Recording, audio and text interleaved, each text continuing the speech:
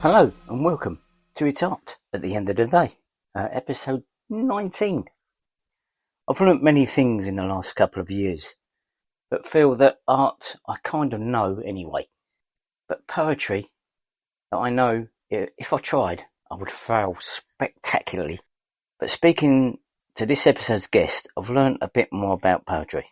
Frank Oonk, who I met through his wife Yolanda from Mrs. Tree's Designs, and who kindly chatted with me in episode 11. So please, let's dive into the world of words with Frank. I always start with my usual one, which is, when was your poetry journey start? Okay, yeah. When did my poetry journey start? Actually, there's not really a starting point that I can really pinpoint it to. Yeah. Well, maybe more or less, it started in the mid-70s. Right. In what I call my formative years. It's between 75 and 81, probably. Yeah. And it was particularly influenced by my study of English literature in Amsterdam. Right, yeah. And I was very much into romantic poetry in my second year. And above all, I was very much into Blake. Okay. John Keats and Shelley a bit. Yeah. But from all of these, Blake was really speaking to me. Although he is probably the least poetic of all those three. And he accompanied his poetries or his poem with a copper plate printings. Yes. Yeah. Yeah, you know, nice, yeah. Or the other way around. I don't know what came first. But yeah, it really struck me like how he was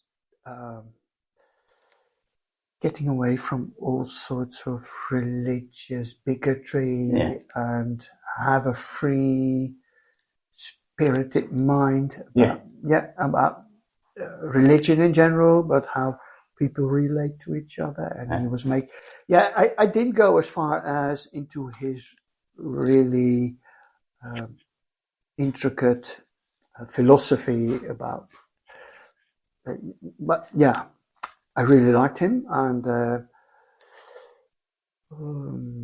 Keats, I think Ode to Autumn is one of the best poems in the English language. And what I like about him is how he uses his senses, the sensuality of his poetry. Okay, yeah. And also what he described in his letters as negative capability. And that is more or less a mindset that you can use in everyday life, but also with reading or writing poetry. Yeah. Is just to be open-minded, not trying to chase. Not close. Yeah. Just open-minded. See the world. See the world as it is. Yeah. Yeah, and let it absorb it. Yeah. Like it is. Yeah. Or as Blake would say, if the doors of perception were cleansed, the world would seem as it is, infinite. Yeah. Yeah. So there's there's a sea of possibilities. Yeah. So when did you write your first piece? Probably around that. Yeah, around those years. Yeah. Was you playing with words before it, or did it just sort of, you just sat down and wrote it? Was there like a lead up to it? No, it was my inspiration by Blake and Keats. Yeah. Yeah. Uh-huh. I was inspired by them, and actually, I didn't write any poems before that. Right. So yeah, that's and later on in my studies, I liked T.S. Eliot, Shakespearean sonnets. Yeah. You have several for different reasons. Yeah. Because Shakespeare sonnets, I like the structural element of it, how he plays with the words and how you are carried along his in his sonnets. John Donne has it even in a more stronger way. It's even more forceful, and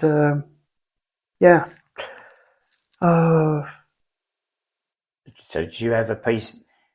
How do you start? Do you have a vision in your head or something that inspires you that you've seen? How does it start? How does it start? Well, that's funny that you ask this, because we are collaborating. Yes. Writing poetry to your photographs. Yes, indeed. And just before this interview, I realized how much of an influence that there was at the beginning of the previous century, there was a movement in poetry, especially in British. Well, no, it was quite an international movement. It's called Imagism. Right. Okay. Imagist poetry, where they try to strip language of all its ornaments and just write down just come to the real focus of the image itself. Yeah. Yeah. So I like, that was one of the things I was very enthusiastic about. So, and how do you start writing poetry? But the thing about your photographs is that they give, the most difficult thing about writing a poem is the first line. Yeah. Right. Okay. And your photographs make it easier. To start the first line and go on from there. Yeah. And I have to be careful when I write a poem next to your photographs, is that I don't want to impinge my view of the photo on the reader of the poem. So how I usually start is looking very intensely at the photograph. Yeah.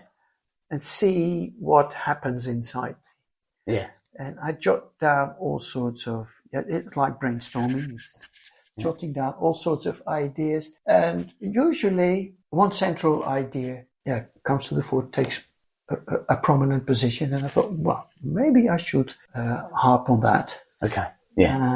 And usually I have the first line, like I said, and then I go back to the central idea that I would like to voice. Yeah. And it takes several hours. Okay. Even though it's just a poem of 6 to 8 lines. Yeah. So it takes several hours reviewing it. Yeah. Let it rest for a few days and go to work. Yeah. And then come back. Yeah. Take yourself out of it and then come back and then look again. Yes, true. Yeah. Because then gives you a different perspective, or if it's the same perspective, then you know you're on the right track. Yes. Yeah. That's good. Yeah. I can't do it. I'm no good with words. I don't know how you do it, because poetry for me is out there. There's not a chance I could do poetry at all. I couldn't string words together like that. But do you like poetry? Yes. Yeah, I like poetry. Yeah. Other people's poetry. I couldn't do it myself. Oh, no, okay. Well, because I'm not good with English. Oh, okay. In the written word and the classical sense. So I couldn't do poetry. That's something that I probably couldn't even learn, even if I tried. It would escape me. It's very clever, I find, to write sentences like that. Yeah. Okay. Thank you very much. That's very kind. Because even in like a short piece, there's a lot of meaning within it, isn't there? Yeah. Even just 4 lines can be quite deep and quite a lot of meaning. Yes. In just 4 lines. Yes. And I don't know how you do that. I don't know. Oh, I take that as a compliment. Yeah, definitely. Yeah, please. Yeah, it is. I think it's very clever to. But what I would like to see as the role of poetry in everyday life is that it would become more prominent, would be more like, for example, the ancient bards. But because what strikes me is that people fall back on poetry when there is when something important happens in their lives, like a funeral, a love affair. They do, yeah. So then people resort to and there's I think it's been forgotten a little bit in modern times. It is, I think you don't so. see it about as much as you used to. I mean, in school I did a lot of reading, a lot of poetry, but it didn't. Then it didn't mean a lot to me. No, okay. But I find poetry's sort of been pushed in the background a little bit and needs to be brought back. Yeah, I definitely think that it might be because I'm not involved with it. I don't know if there is. I know you get poetry readings and stuff like that. People do that kind of thing. Yeah. Slam poetry. Yeah, I do think it's been forgotten a little bit. The art, because it's an art. It's an art form, and it's been let go. But it needs to be brought back more. Emphasis needs to be put on. I think that's possibly why people don't speak very good English now, because that is a good structure of reading. That is how you, I think, learn some English as well. Or any language. True. Yeah. Because it's structured well. The words have got to be structured, haven't they? Else it would be nonsensical otherwise. Yeah. So I think it needs to come back. Definitely needs to be used again. Yeah, it should play a role in everyday life, I think. Yeah. Not that I would encourage people to hear or read a poem every day, although why not? But why not? Yeah. I sometimes read poetry just before I go to sleep. Yeah. Yeah, because I'm too tired to start a short story or to start reading a chapter in a novel that I'm currently reading. Yeah. So, a short poem will do. Yeah. Yeah. But other poetry you do, other than my pictures, sort of, where'd you get your ideas for those? Like the two pieces you sent me. Well, I'm putting the image to your poetry. Where did the inspiration from them come from? It's hard to say, to be honest. Could be very personal experiences. When I was in Venice with my now ex-wife, in Venice, the beauty of the city really overwhelmed me. Yeah. And I had the feeling as if I was more or less transported out of the now and then. Yeah. The now, really. I wrote a poem about it. And I also wrote a poem in honor of our relationship. Yeah. And I also wrote a poem, and that came as a bolt from the blue sky, about the end of our relationship. Okay. Yeah. So in that poem, I sort of predicted the end of our marriage. Right. Yeah. Oh, wow. Yeah. It is rooted in personal experience. I was going to say, but very personal, aren't they? So it's your life, things that go on in your life that inspire your poetry, and something comes out of that. Yes. Oh, yeah. That's very personal. It is. Yeah. It's more than personal than any other art form, I think, because it's words. It is words. Yeah. No, this is it. There's nothing more to add to it. No. Yeah. And what else? Because we spoke about us collaborating even more. I'd like to do an exhibition with you. Yeah. Definitely. That idea you said about my photos on the wall, you hand in the poetry as people come in, they then match. Yeah. I think it's a superb idea. I think so, yeah. I think we'll think about that soon and get that going. Other than that, have you ever exhibitioned any of your work? No. When I came to the UK in 2017, and And in the years before that, I went to poetry readings. It's not slam poetry because I could never do that. No. I admire those. I'm probably more like a thinking poet, so to speak. Yeah. Yeah, rather than a poet who just plays with words and start improvising, get into a flow, and then spitting out the words in the right order. Yeah. Yeah, I couldn't do that. No. But anyway, I did some public readings about my poetry. Yeah. Oh, yes. Yeah, and yeah, usually they were well received. Was that good? I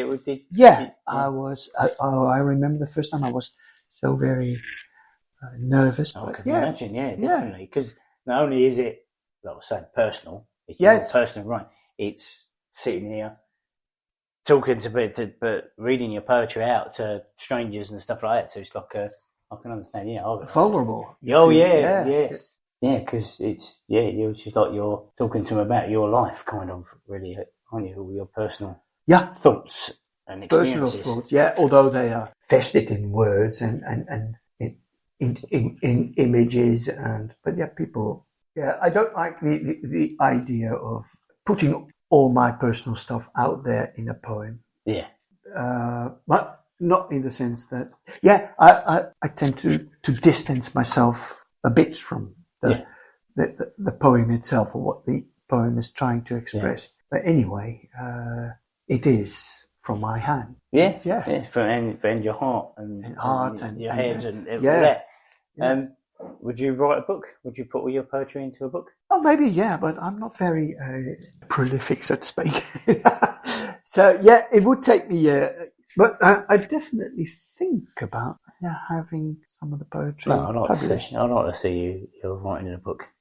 Yeah, maybe, I could, Yeah, it'd be nice. Yeah. So you picture of you on the back, all your pieces in there, it'd be lovely. Yeah, that would look lovely, yeah. Because again, it's getting yourself out there, really, isn't it? It is. Yeah. It'd be nice for other people to experience your poetry. Yeah, and what as a first step I will try to do is what I will definitely be doing is read my poetry to an English audience. Yeah. Because I read aloud my poetry, my poems, just in front of a Dutch audience. Yeah. So I would like to see how they receive it here. Because, being bilingual is a very good thing. Yeah, when you write poetry. It's because you have two different sources to tap from. Yeah.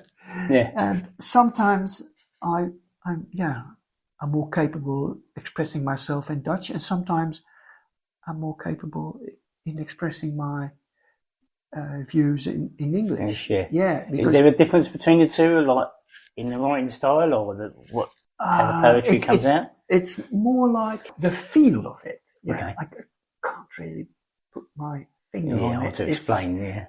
It's more the feel that the poem has. And I'm not ashamed to say that.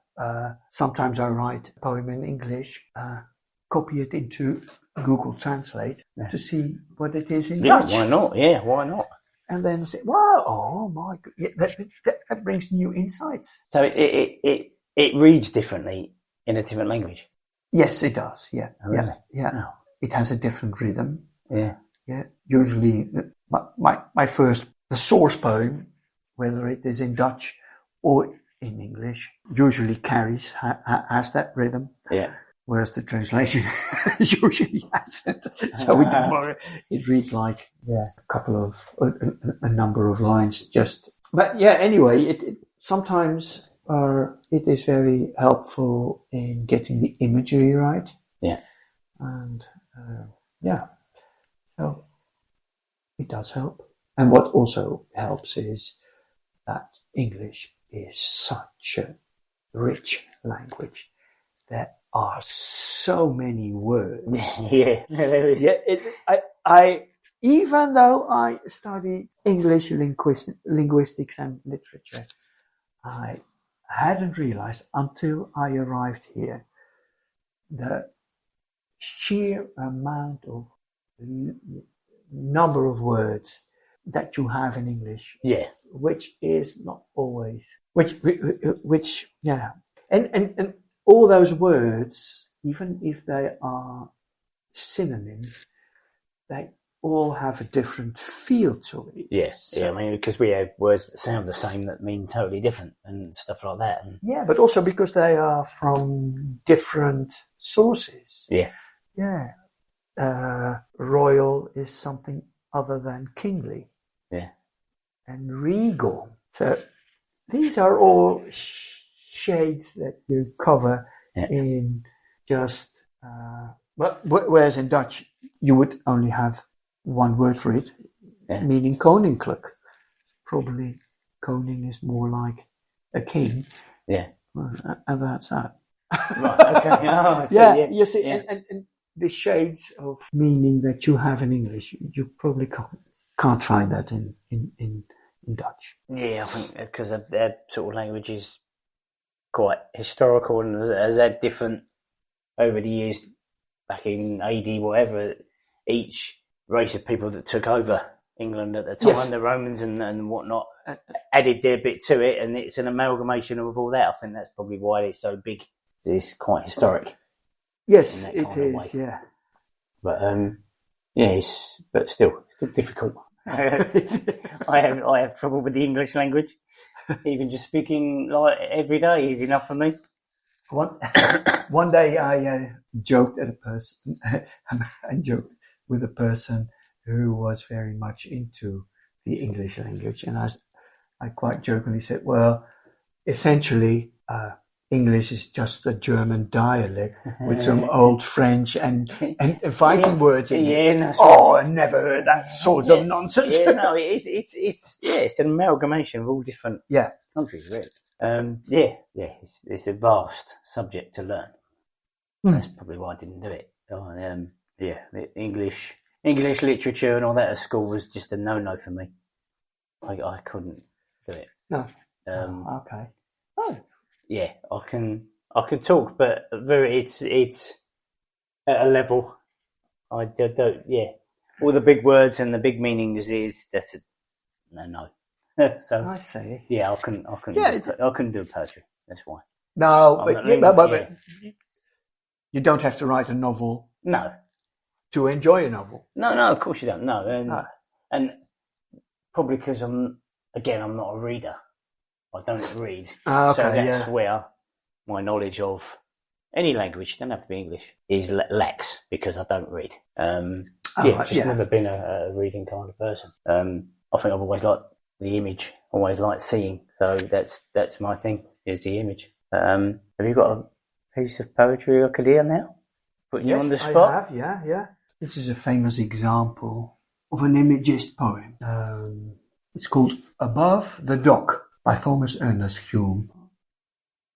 Above the quiet dock in midnight, tangled in the tall mast's corded height, hangs the moon.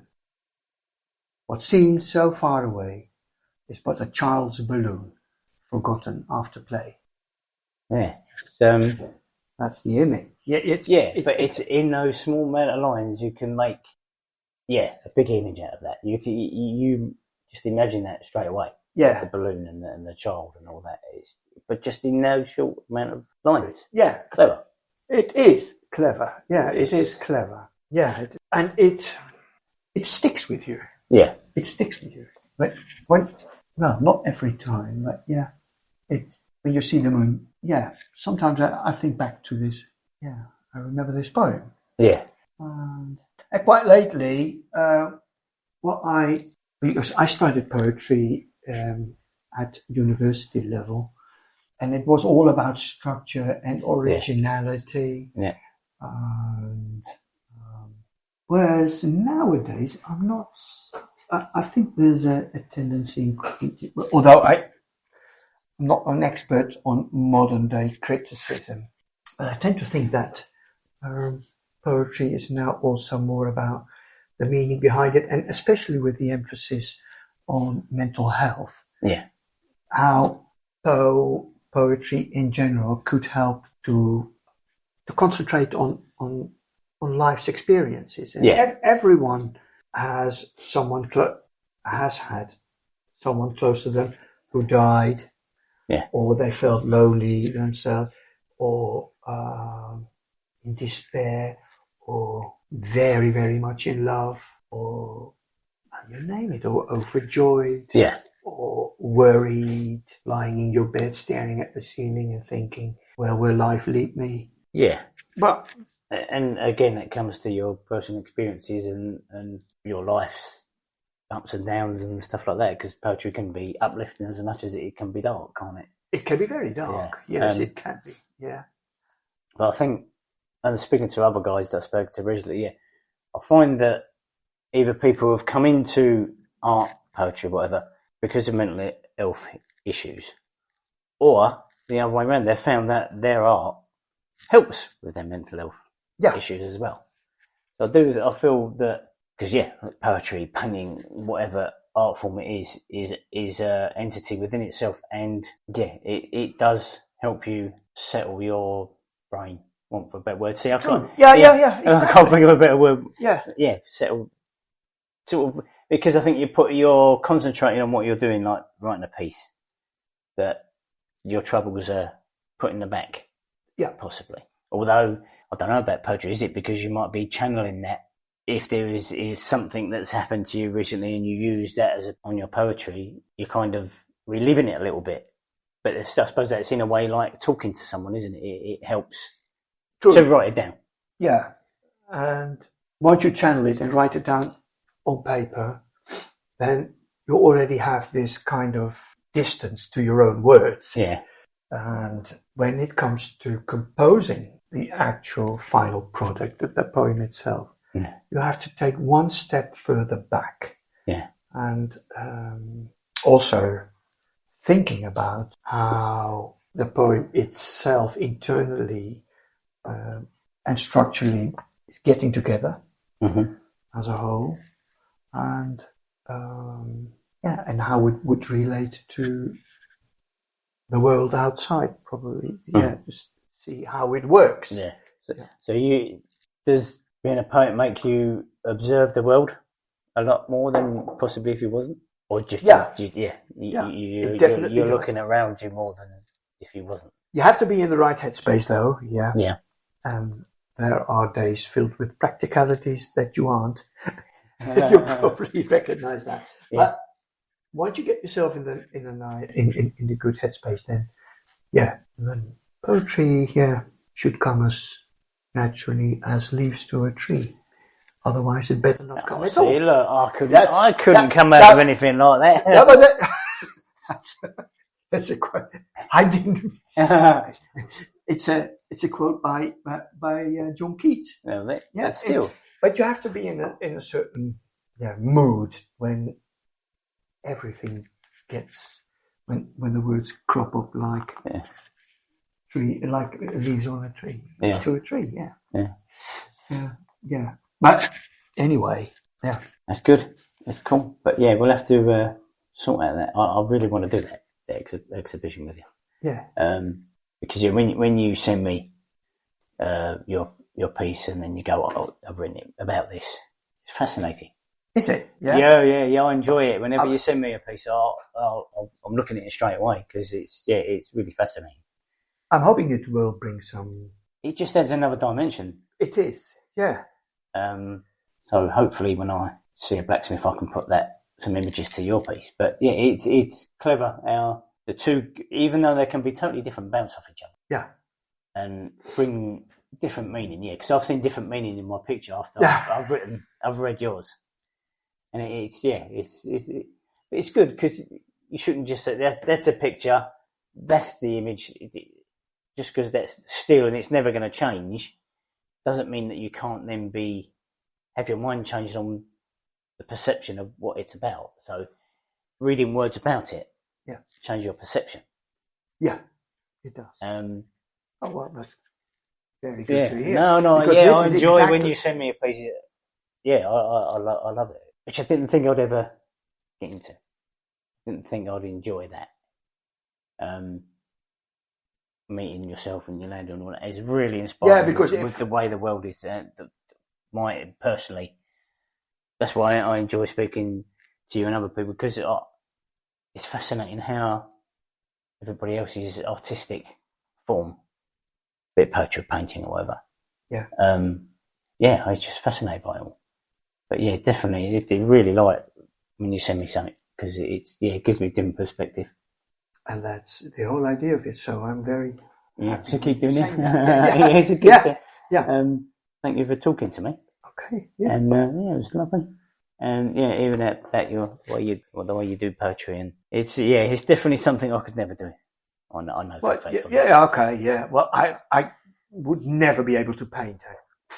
Yeah, we've all got something in us, and unfortunately, some people don't bring it out, do they? I think everybody's an artist if they could find what they're good at. True. Yeah, I think so. Yeah. But some of us find it, some of us don't. But it's been nice talking to you. Thank you very much. Thank you. It was a pleasure to me as well. Yeah, cheers. And that brings us to the end of another episode of It's Art at the End of the Day. A huge thank you to Frank for sharing his poetic journey, his inspirations, and the delicate interplay between image and word. Whether it's Blake Keats or a quiet moment captured in a photograph, Frank reminds us that poetry is not just written, it's felt. If you enjoyed this conversation, please like, share, or leave a review, and don't forget to explore more of our creative collaborations in the episodes to come. Until next time, keep looking, keep listening, and remember, it's all art at the end of the day.